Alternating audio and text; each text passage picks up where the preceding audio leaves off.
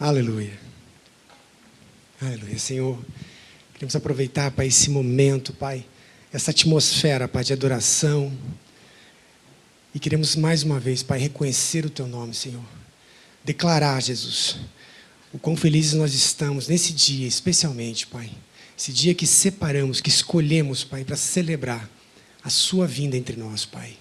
Um dia o Senhor esteve conosco, nesta terra, caminhou neste local, nesse planeta, junto conosco. E nós nos alegramos por isso, Jesus, porque isso é a verdade. E esse dia que nós escolhemos para dedicar ao Senhor, como o dia que lembraríamos do Teu nascimento, um dia tão especial, um dia tão maravilhoso para toda a humanidade, que garantiu a nossa presença nesse lugar no dia de hoje. Graças a isso, Senhor, é que nós somos pertencentes novamente ao Senhor Jesus. Entramos na Sua presença. Obrigado, Deus Pai. Amém? Deus abençoe. Fiquem à vontade. Sejam muito bem-vindos.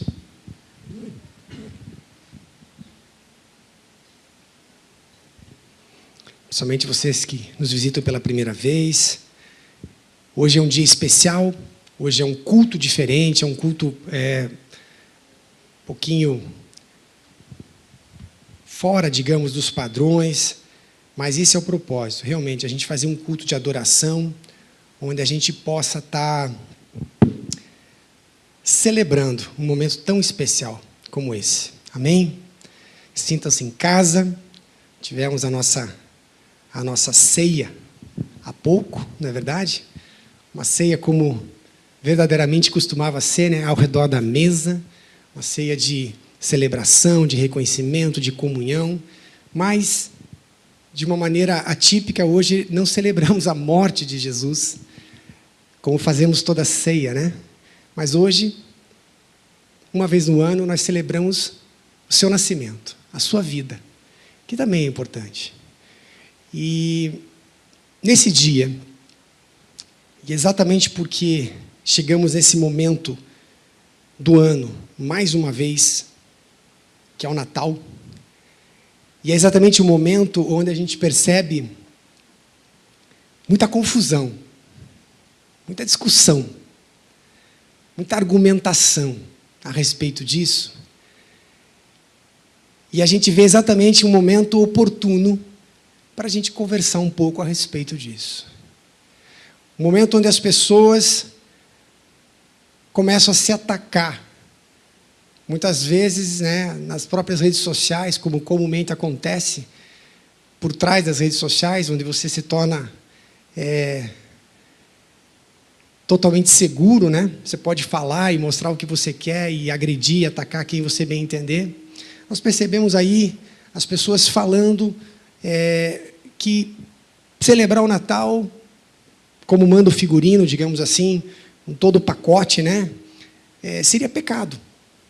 Inclusive, traria até maldição, condenação para a pessoa, toda a sua família e até a milésima geração.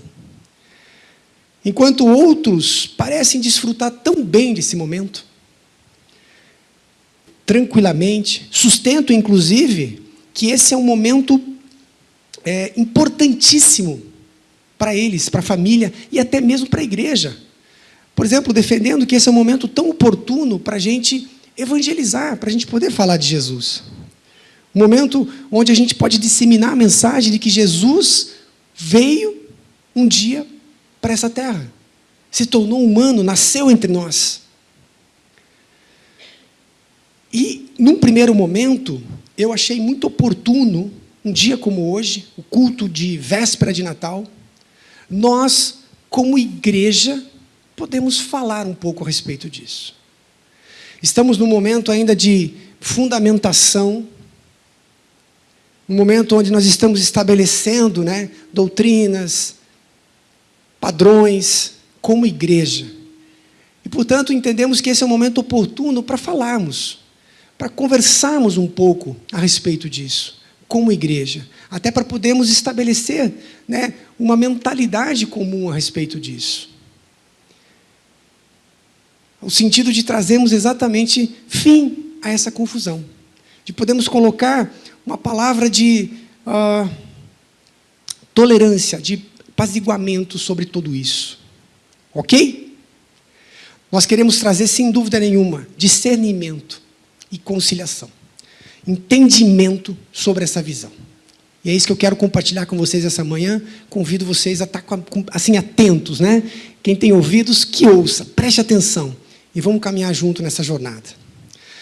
Todas as vezes que a gente vai analisar, abordar qualquer tema, obviamente, o primeiro ponto que nós devemos abordar é o seu valor bíblico. Nós precisamos entender o que a Bíblia diz a respeito do tema. Quem pode passar o próximo slide, por favor? Agora ele foi. Precisamos entender o que é que a Bíblia diz a respeito disso. Esse é a nossa principal preocupação como cristão. Nós temos que ter o cuidado em todas as coisas, de sempre, em primeiro lugar, buscarmos a Bíblia como nosso norte, como sentido para todas as coisas. E é isso que a gente vai fazer agora também. Porque o primeiro ponto é que a gente precisa concordar que não é porque muitas coisas não estão na Bíblia de maneira explícita, é que algo seria naturalmente considerado antibíblico. Concordam? Conseguem entender o que eu quero dizer?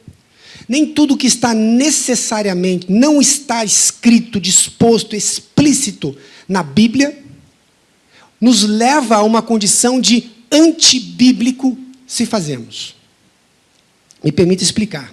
A lógica por trás disso não é tão simples assim. Bom, isso na verdade é um conceito puritano, do puritanismo inglês do século XVI, que foi o movimento que tentou trazer uma purificação, digamos assim, das raízes tradicionais da igreja, principalmente sobre o anglicanismo inglês. Essa é uma situação que ainda nos ecoa na igreja até hoje, no sentido de que viver absolutamente estrito na Bíblia, que aquilo que não contém na Bíblia é sim antibíblico. É um conceito um pouco perigoso, talvez, um pouco demasiado radical, talvez. Nós precisamos ser um pouquinho mais cuidadosos, cautelosos e, principalmente, discernirmos melhor a respeito dessas questões. O que eu quero deixar claro é que o oposto do errado não é necessariamente certo. Vou repetir. Se tem alguém fazendo alguma coisa que você não concorda, que você acha que é errado, e você se decide fazer o oposto do que ela vem fazendo, exatamente o oposto, não significa que agora está certo. O oposto do errado, portanto, nem sempre é o certo. Muitas vezes existe um universo de coisas passando por esses dois extremos, que precisam ser levados em conta. Brincadeiras à parte, vamos usar o nosso exemplo aqui, mais recente, o aniversário da igreja.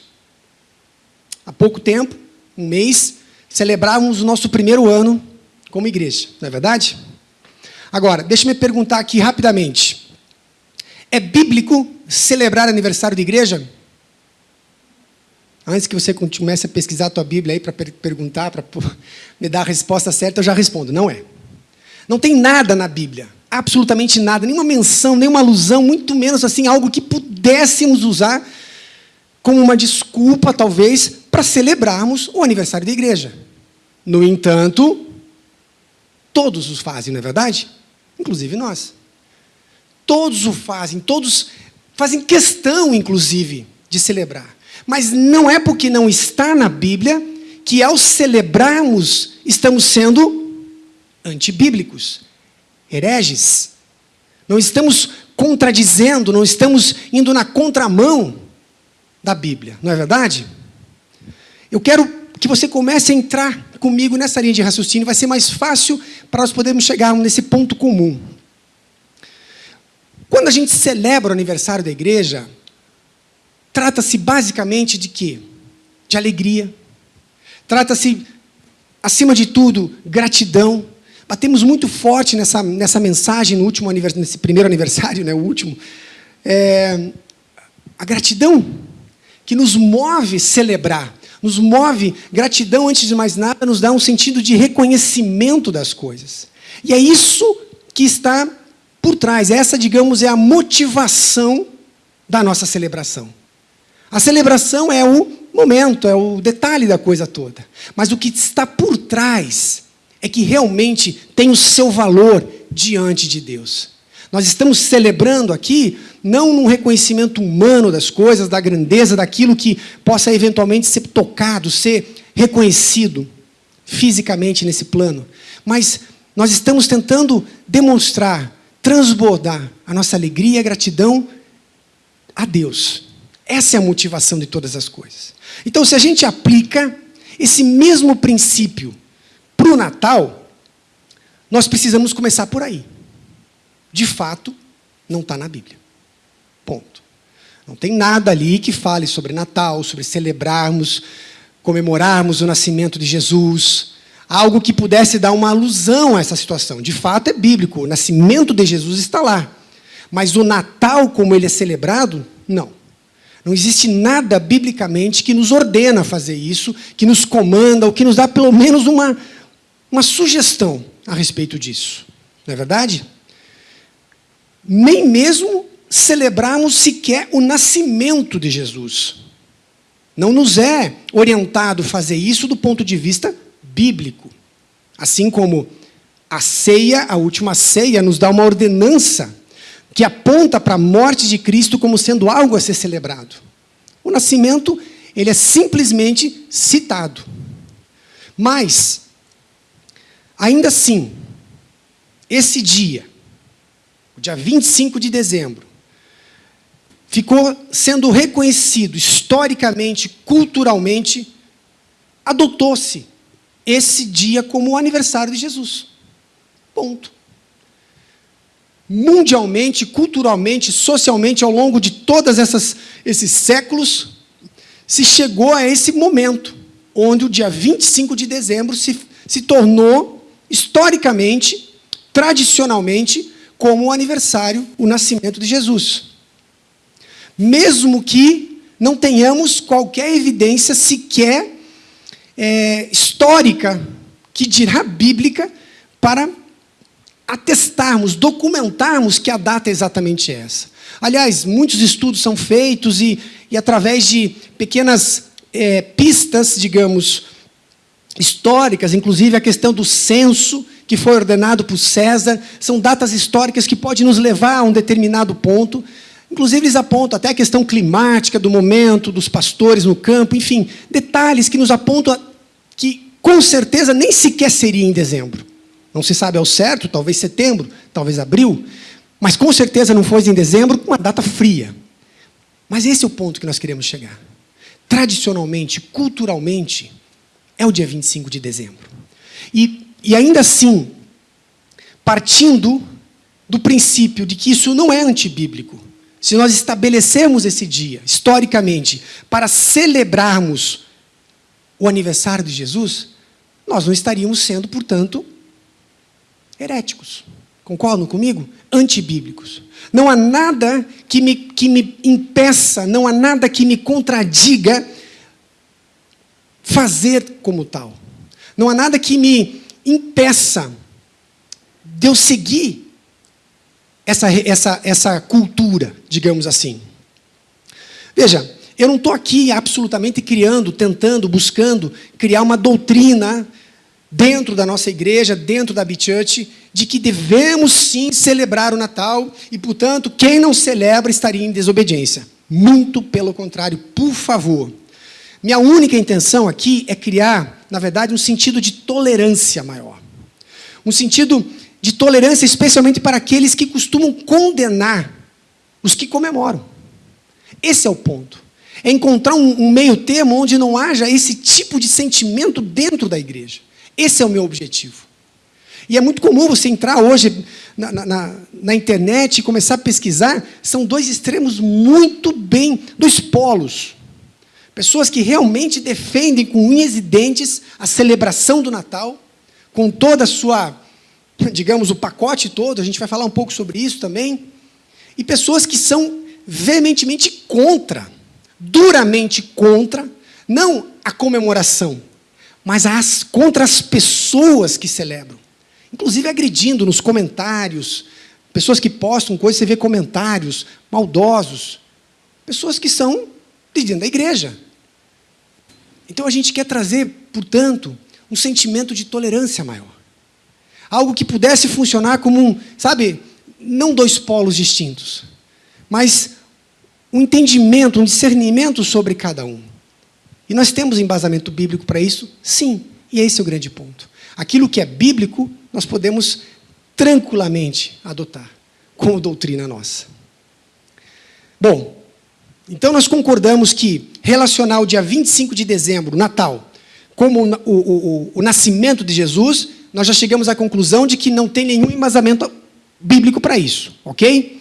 Não existe nada ali que diga que devemos, nesse dia, comemorar como sendo o dia certo. Porque, na verdade, muito pouco foi escrito, biblicamente falando, a respeito do nascimento de Jesus. Existem apenas 2 dos 4 evangelhos que falam alguma coisa a respeito deste momento específico da vida de Jesus, do seu nascimento. Lucas e Mateus, especificamente mais Lucas, que tem alguns detalhes um pouco maiores, por alguns versículos apenas. Então, verdadeiramente, o que eu e você, o que todos sabem acerca do nascimento de Jesus é muito pouco. São pequenos detalhes. O local, as circunstâncias na qual foi concebido, que ainda assim mesmo gera-se algumas dúvidas. Condições ali um pouco ocultas, que nos deixam, que deixa aberto, muitas vezes, uma imaginação toda a respeito daquele momento. Mas não se teve um cuidado muito dos escritores, dos evangelistas, para esmiuçar um pouquinho maior.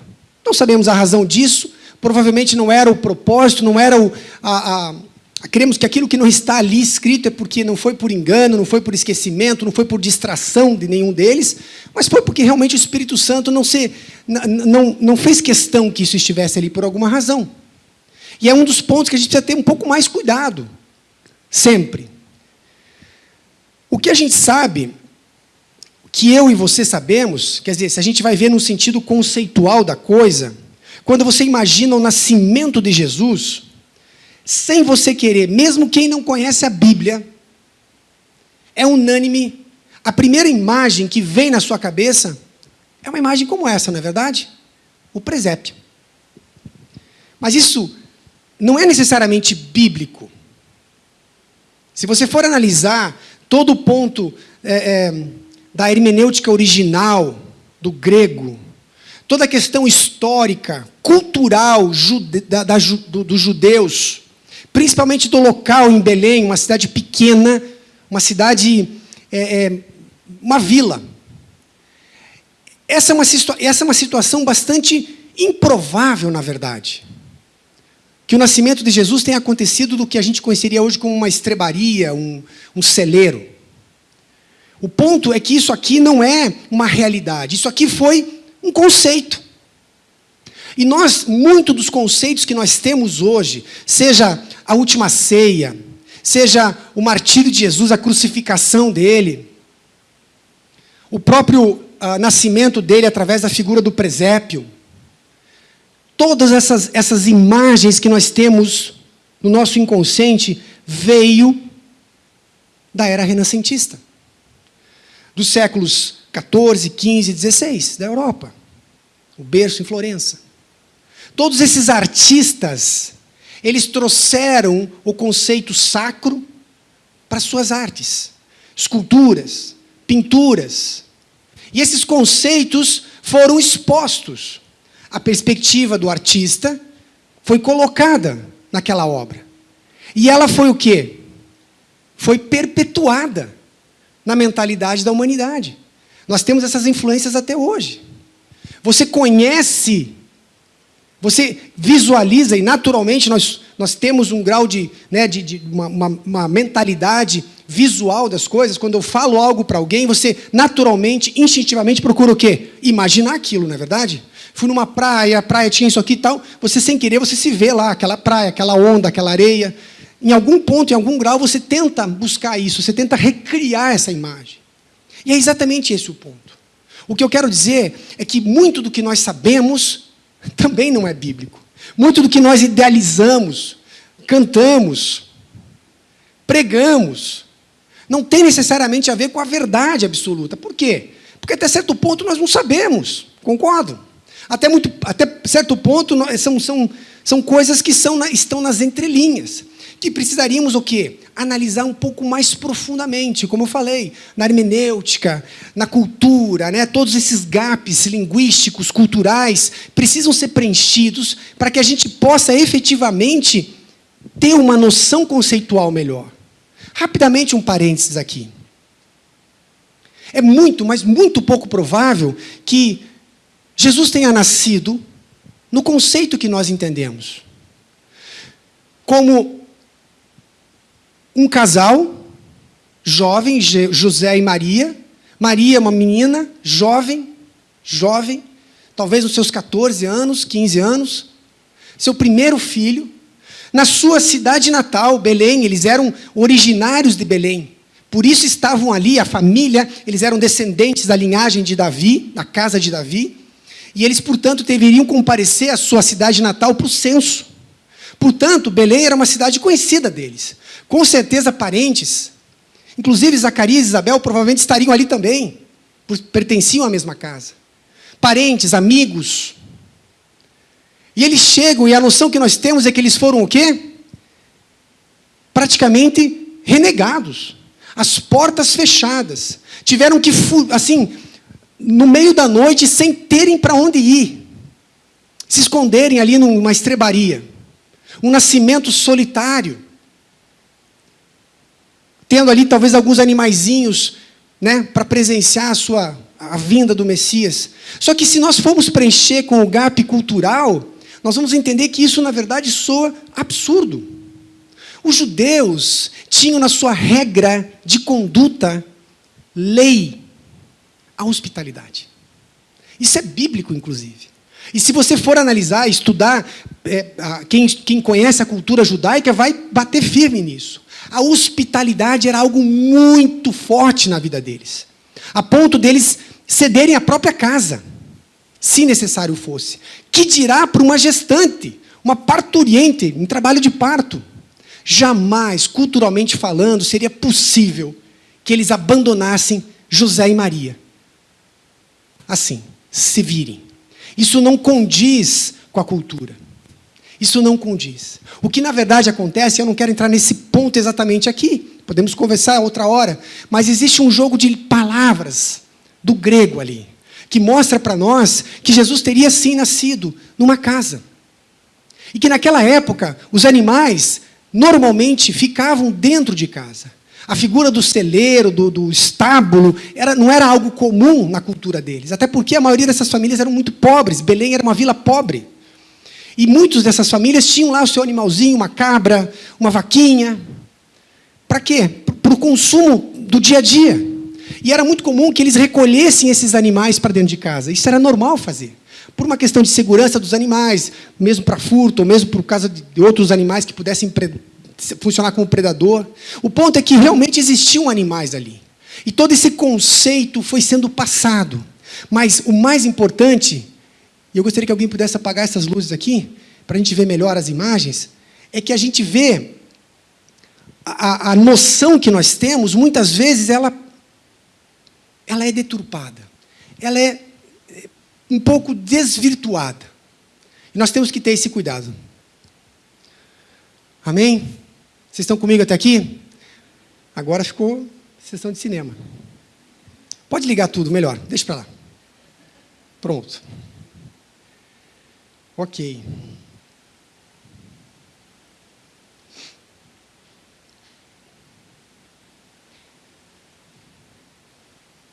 O ponto que eu quero bater é que esse evento, descrito pelos evangelistas, Lucas e Mateus, na Bíblia, nunca foi intencionado ser uma celebração para os cristãos. Isso é ponto pacífico.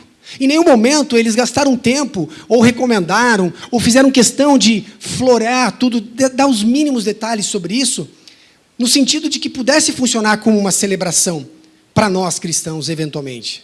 Na verdade, a gente sabe, historicamente falando, que isso, a celebração do Natal, ela só vai acontecer praticamente 4 séculos depois. A igreja primitiva, portanto, não celebrava o nascimento de Jesus. Não se falava sobre isso. Os cristãos, os primeiros séculos, até porque sofriam muita perseguição, graças ao Império Romano, nos primeiros 3 até o início do 4º século, eles não tinham o hábito, historicamente falando, não existem relatos dessa celebração do aniversário, do nascimento de Jesus Cristo. Mas, a partir, nós sabemos, do reinado de Constantino, imperador romano, a coisa muda de figura. Esse imperador romano, através de um édito, o Édito de Milão, em 313, no início do século IV, ele passa a trazer legitimidade ao cristianismo. Não ainda o tornando a religião oficial, mas tornando o Estado isento. O Estado ele passa a ser neutro quanto a qualquer credo religioso. Então isso dá liberdade também para o cristianismo. E o cristianismo começa a crescer mais facilmente. Porque todo o crescimento que o cristianismo havia tendo nesse tempo todo era sempre duramente abafado pelo Império Romano. Perseguições implacáveis. Mas nesse momento, eles passam a ter mais liberdade. Mais tarde, só em 380, 60, 70 anos depois, um outro imperador, Teodósio, é que realmente, através de um outro édito de Tessalônica, coloca o cristianismo como a religião oficial. E aí o cristianismo, sim, tem a sua liberdade plena, e aí a Igreja Católica Apostólica Romana começa a ser formada, estabelecida. E o que acontece é que, nesse momento, com essa modificação da ordem das coisas, um certo sincretismo começa a acontecer. Uma fusão de coisas. Desde o momento em que o Estado se torna neutro, trazendo legitimidade para todos os credos, muitas religiões pagãs, que celebravam outras coisas, passam a ser também incorporadas, naturalmente, pelo catolicismo romano. Quando ela se torna a religião oficial, e aí passa a se ter uma obrigatoriedade no culto a esses, digamos, a questão divina, né, de Jesus e de Deus, o reconhecimento como Deus único e absoluto, uma religião, portanto, monoteísta, passa-se a ter o quê? Uma fusão e um certo sincretismo. E todo sincretismo, que é essa fusão, essa incorporação de determinados ritos e cultos, ele passa a ser de uma forma moldada, trabalhada, passa a ser maquiada para poder ser incorporada naquela religião, dando a ela um tom oficial, um tom divino, um dogma. O que acontece é que é o caso do Natal exatamente nesse ponto. Nós sabemos que o dia 25 de dezembro nasceu a partir disso. E eu quero passar rapidamente por isso, porque é onde eu quero chegar ao ponto. Nesse dia, havia o chamado solstício de inverno. Era o último dia do solstício de inverno. Portanto, a partir desse dia, esse era o último dia que era o mais curto. A partir desse dia, os dias seriam naturalmente mais longos. E o que acontece é que celebrava-se, então, nesse dia, através do uso do calendário, um calendário agrícola, que era muito comum. Nós comentamos sobre o período dos egípcios, onde eles haviam 3 estações determinadas, e a questão agrícola era muito forte nesse ponto, eles seguiam à risca isso. E nesse momento se celebrava e se valorizava, se honrava uma festa ao chamar um Deus Sol. Louvor esse Deus Sol chamado Invictus. E era no dia 25 de dezembro. No calendário gregoriano, caía no dia 25 de dezembro. E aí o que acontece é que isso aconteceu uma fusão. Porque era uma festa muito grande, historicamente a gente sabe que era uma festa bonita.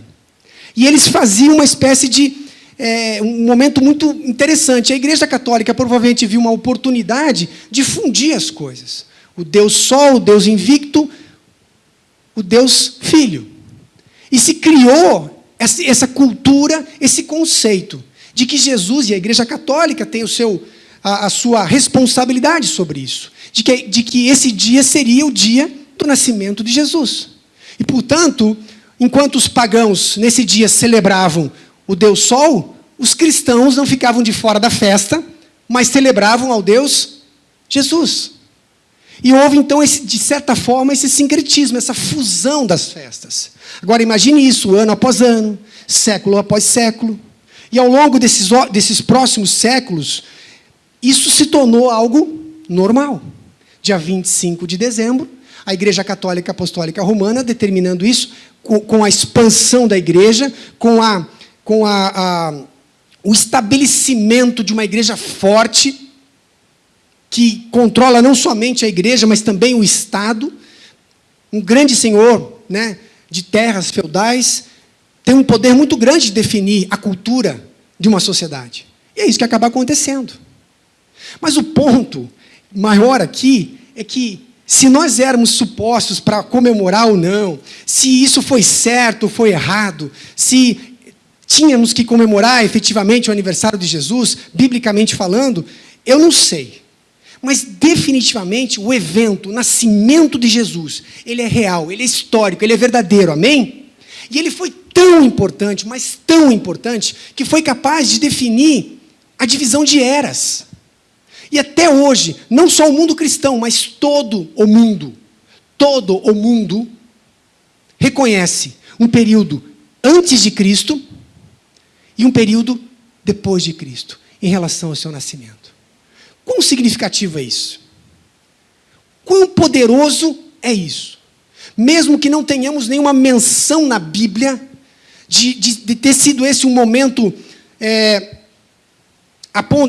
com a necessidade de ser reconhecido pela igreja, nós precisamos admitir que foi algo muito poderoso, algo capaz de dividir eras, de estabelecer um padrão mundial.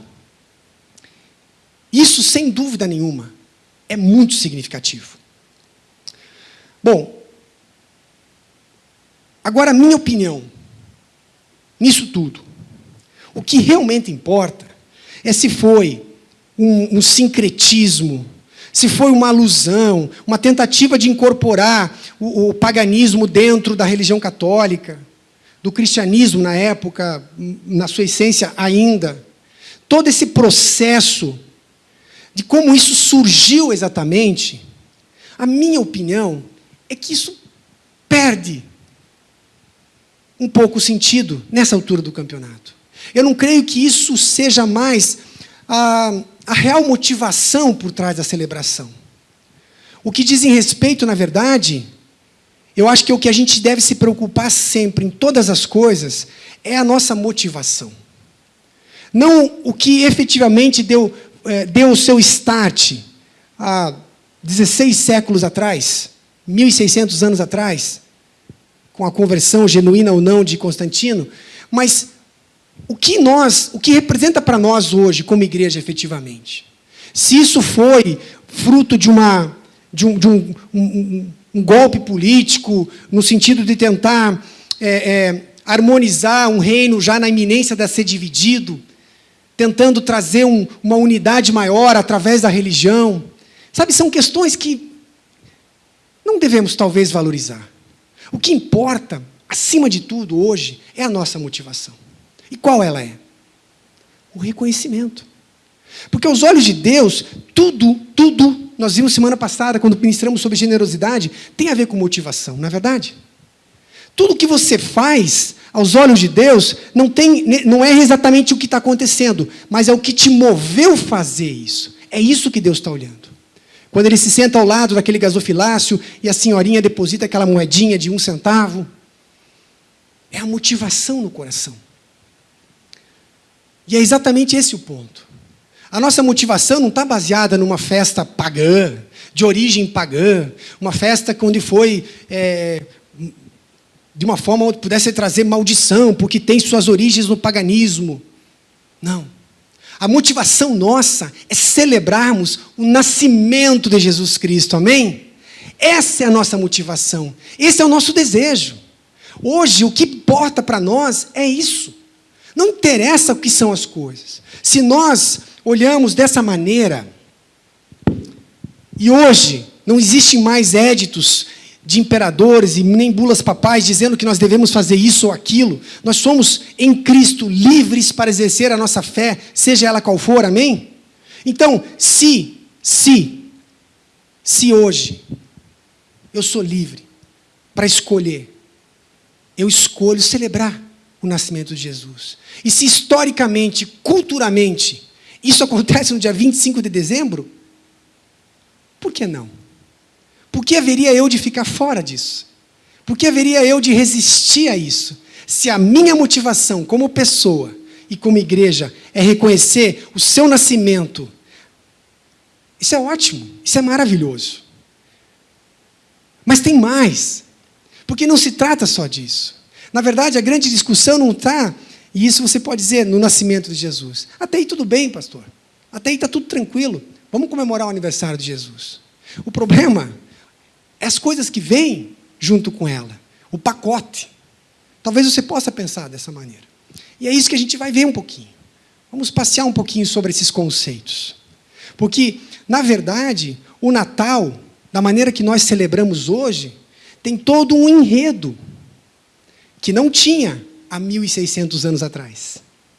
Nós estamos falando, por exemplo, de questões mais contemporâneas, de questões que dizem respeito a nenhum século. Não tem 100 anos. Nós precisamos discutir um pouco isso.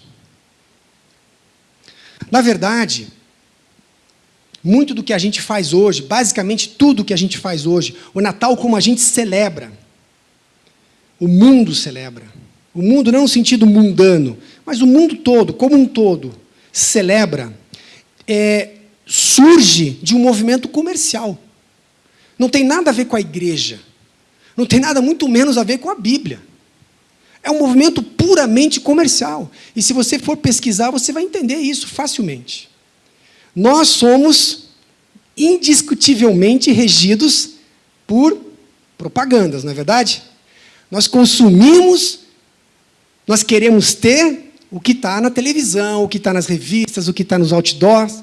Nós somos treinados, programados para isso. E nossos filhinhos, já com 3 anos, já sabem o que eles querem. Conhecem tudo. Porque o comércio tem um poder muito grande de criar doutrinas, de criar uma cultura. E foi isso que aconteceu em relação ao nosso Natal. Então o Natal deixa de ser tão somente a celebração do nascimento de Jesus. Porque até aí tudo bem. A igreja está, por mais que seja um sincretismo, tenha suas origens um tanto duvidosas, relacionadas com esse Deus pagão, invictus, mas tudo bem. Vamos concordar que somos livres para celebrar o nascimento de Cristo. Mas todo esse conceito de Natal que nós vemos hoje, o que isso significa para nós? Seria isso todo um movimento satânico para nos pegar de jeito? O que acontece é que na década de 30, 1930, essa grande empresa, a Coca-Cola, acho que vocês conhecem a Coca-Cola, uma empresa americana, norte-americana, ela cria uma campanha publicitária. Ela não era ainda o que é hoje. É uma campanha no sentido de, especialmente, aumentar as suas vendas em dezembro, período de frio, de inverno. Os refrigerantes não eram tão consumidos. Então, eles tentam fazer um golpe de marketing, criar algo para poder estabelecer um aumento nas suas vendas. Alguns anos antes, um cartunista tinha pego uma figura folclórica, um sujeito que foi criado na cultura mais europeia, que foi inspirado num tal de Nicolau, que era um sujeito que morava na época, na atual Turquia, e que tinha por hábito distribuir presentes no seu aniversário, que era ao redor do Natal, dia 6 de dezembro. Ele costumava pegar presentes e dar para as crianças. E essa lenda urbana, digamos assim, e toda cidade tem uma lenda urbana, né? Aqui nós sabemos de algumas. Cada cidade tem a sua história, né? Os seus personagens característicos, né? Que são... a gente conta para os filhos, eu quando era criança, eu tinha o Betinho. Era um anãozinho, e ele andava vestido de gaúcho, piochado, sabe, pelas ruas. E ele tinha um revólver de madeira que alguém fez para ele e deu para ele. E ele corria atrás das crianças com aquele revólver. E nós morríamos de medo dele, obviamente, né? Então nós ia cutucarmos ele e provocar, e ele vinha atrás de nós com o revólver de madeira dele. Mas, enfim, é uma lenda urbana. O Betinho era famoso lá. Que Deus o tenha, nem sei o que aconteceu com ele. Mas o ponto é que esse Nicolau era uma lenda urbana, as pessoas conheciam. E a sua fama se extrapolou à sua cidade, e foi criado um conceito de presentear as pessoas no Natal. O que é isso? Uma grande oportunidade comercial. Olha que interessante. Nós podemos, né, uma empresa pode usar disso. Um cartunista no começo do século passado, na década de 30, cria, então, essa imagem, cria esse personagem, né? Existiam já algumas expressões, algumas tentativas, mas a roupa era verde, algumas vezes ele era descrito como um sujeito alto, magro, não havia um consenso, mas esse cartunista, em especial, desenha esse sujeito aqui. Gorduchinho, carismático, né? Um cara que você tem vontade de abraçar, um cara que inspira confiança. Ele faz esse desenho, essa imagem. Ele encarna, ele dá vida a esse conceito. Desenha também o quê? Um saco de presente nas costas. Desenha um gorro. Ele faz ali a sua perspectiva. E lança a campanha da Coca-Cola naquele ano. No sentido de aliar uma coisa com a outra. A coisa dá tão certa, que a figura do Papai Noel passa a ser o quê? Algo comum, algo que ficou ligado ao Natal. Todo Natal aparecia o sujeito de novo para vender Coca-Cola. E isso começou a ser o quê? Incorporado pelo comércio de uma maneira muito maior. Aí vieram outras lendas, que ele morava na Finlândia, que ele fazia isso, que ele fazia aquilo, que ele tinha ajudantes, enfim, né? Cada um que conta um conto, aumenta um ponto. E a coisa foi se criando. Hoje nós celebramos isso. Hoje o Natal que nós conhecemos, na verdade, foi um movimento puramente, essencialmente comercial, num primeiro momento. Toda essa magia, toda essa noção que nós temos a respeito do Natal, e principalmente desse personagem, nasceu daí. O que acontece é que esse é um pequeno resumo da ópera, sobre a identidade do nosso bom velhinho. O que eu não quero aqui, de jeito nenhum, é entrar muito profundamente nesse conceito. O que eu quero simplesmente é desmistificar algumas coisas, até certo ponto. Que a própria igreja se encarregou de disseminar. Então, eu também não quero aqui que vocês possam achar que eu estou funcionando como um advogado de defesa, talvez, por algumas semelhanças entre eu e ele, possa, né, vocês achar que eu estou querendo defender ele. Não é o ponto, tá? Não é o ponto. Eu, na verdade, eu tinha medo dele quando era criança. Morria de medo dele. Tem fotos para comprovar isso. Eu estava mais para isso aqui, ó.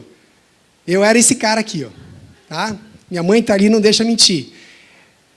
Mas eu quero tentar colocar aqui, de alguma forma, que talvez incriminar ele como sendo um enviado de Satanás, talvez não faz muito sentido. Talvez. Já que nós teríamos que incluir também nesse rol um outro sujeito, que é o coelhinho da Páscoa, que também todo ano vem roubar o sentido da Páscoa de nós cristãos, amém? Todo ano ele aparece tentando desvirtuar a Páscoa. Esse bandido, capeta. Não vejo ninguém falando isso do coelhinho da Páscoa. Por quê?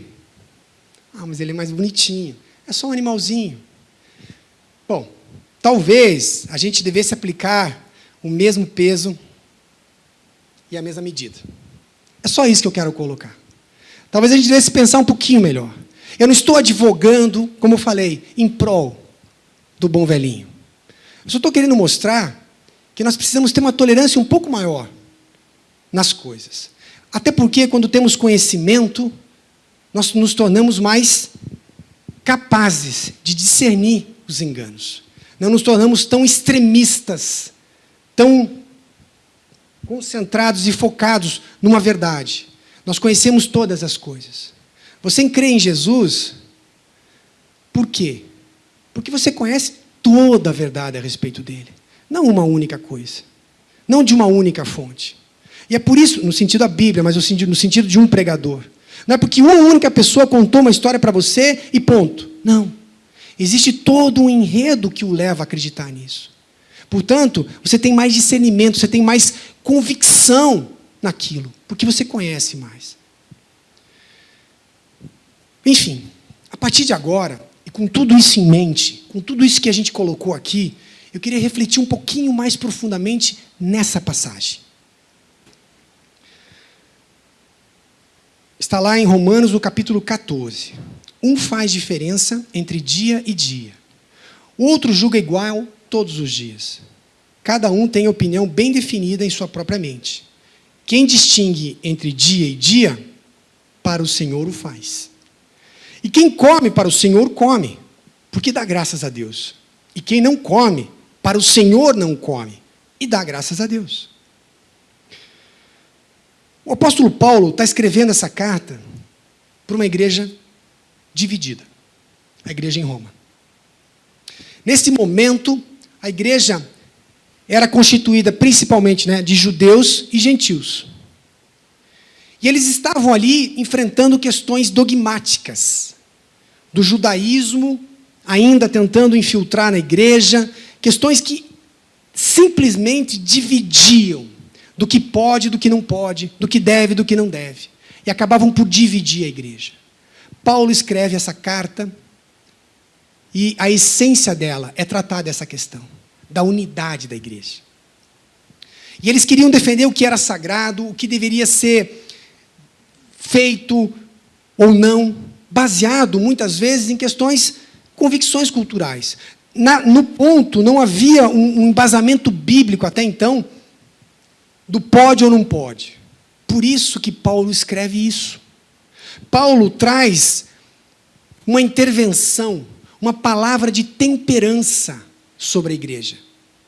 Veja, uns fazem isso, outros não fazem. Mas quem faz para quem? Para o Senhor. E dá graças a Deus, louva a Ele. Mas quem não faz, também não o faz para o Senhor. O ponto não é fazer ou não fazer. O ponto é respeitar mutuamente as coisas. E desde que seja feito, qual é a motivação das duas coisas, das duas partes? Para o Senhor. E Deus recebe isso para Ele. Não a essência, muitas vezes, do que está sendo oferecido. Comer ou não comer. Guardar esse dia ou não guardar. Mas a motivação por trás é o propósito final. É isso que Paulo está querendo dizer. Entendam isso. Não se dividam. Um cara chamado John Wesley, que foi um famoso pregador do século XVI, ele foi um dos fundadores, o principal fundador do movimento metodista. Ele tinha uma frase que resumia muito bem isso. Ele falava assim, de uma maneira contextual. Nas questões essenciais, ele ministrava a igreja, tenhamos unidade. O que significa isso? Na doutrina básica, Jesus é Deus, encarnou, morreu e ressuscitou no terceiro dia e subiu aos céus. Isso é unidade, não se discute.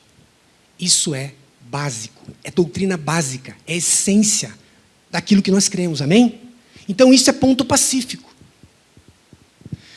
Nas questões secundárias, ele ministrava não unidade, mas tolerância, que é exatamente isso. Uns guardam o sábado, outros não comem determinados alimentos, uns celebram o Natal assim, outros não celebram, nem celebram o Natal, qual é a palavra de ordem? Tolerância. Porque todos o fazem para o Senhor. E por último, em todas as coisas, amor. Unidade no que é básico. Tolerância no que é secundário. Mas amor em todas elas. Nós, portanto, como igreja, nós acreditamos que cada cristão tem a liberdade em Cristo de determinar qual dia ou quais dias ele gostaria de dedicar para o Senhor. Então, se eu considero um dia mais especial que o outro, e eu faço isso pela razão certa, pelo propósito certo, qual é? Honrar ao meu Deus, glorificar o seu nome, reconhecê-lo como Salvador. Então, se alguém entre nós separa o dia 25 de dezembro, como o resto do mundo faz, para relembrar o nascimento de Jesus, e mesmo que a gente não saiba se esse é o dia certo ou não, se vamos entrar nessa discussão cultural, toda essa porção detalhista das coisas, mas se ele tem a motivação certa no coração, que é dar graças a Deus pela sua vinda entre nós, nós cremos que ele tem sim a liberdade e o direito de assim o fazer. Amém? E agora, se isso envolve adornar a casa com temas natalinos, árvores, luzes, guirlandas, francamente, não vemos problema nenhum nisso.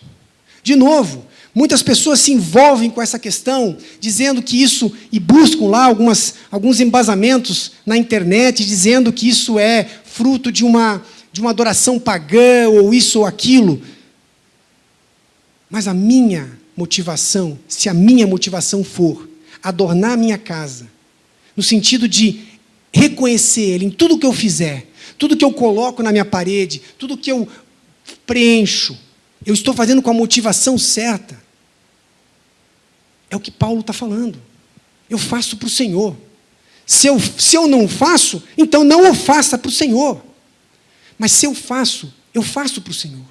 É a maneira que eu encontrei de representar a minha alegria, a minha gratidão, a minha satisfação. Enfeitar as coisas. Não há absolutamente qualquer objetivo de criar um culto pagão dentro do meu ambiente familiar. Mas o objetivo é criar um ambiente familiar, onde naquele momento a família está reunida, em volta de uma mesa, fazendo uma refeição especialmente preparada. Claro, a comunhão está traduzindo o quê? A gratidão, porque sabemos que hoje somos essa família, somos uma família, porque teve um Deus sobre a nossa casa. Amém? E tudo isso é, não só entre nós, mas buscamos, acima de tudo, passar para as gerações. Porque entendemos que essa é uma necessidade de perpetuar. São memoriais fundamentais que vão garantir a integridade da doutrina cristã nas futuras gerações. Portanto, se isso envolve todas essas coisas, eu digo que seja, desde que seja para honrar o Senhor, desde que você esteja fazendo isso, louvando a Deus, reconhecendo Ele pelo seu nascimento um dia entre nós, eu digo que seja, e Deus abençoe. O que precisamos deixar claro sempre é a nossa motivação. E isso é entre você e Deus, acima de todas as coisas. Se é ou não é o aniversário dele, francamente não importa. Nós, inclusive como igreja, escolhemos esse dia, 25 de dezembro, para homenageá-los. Guardamos o ensino de Paulo acerca dessas coisas. Faça o que você fizer, em todos os campos da sua vida. Faça para Deus. Faça para a glória dEle. Se você é honrado, honre Ele. Se você é reconhecido, reconheça Ele. Se você enfeita uma árvore, enfeite para Ele. Se você faz o teu trabalho bem feito, faça para Ele. Se você é um bom pai, seja para Ele. Tudo o que você fizer, envolva a motivação certa no seu coração. Que Deus abençoe. E um Feliz Natal.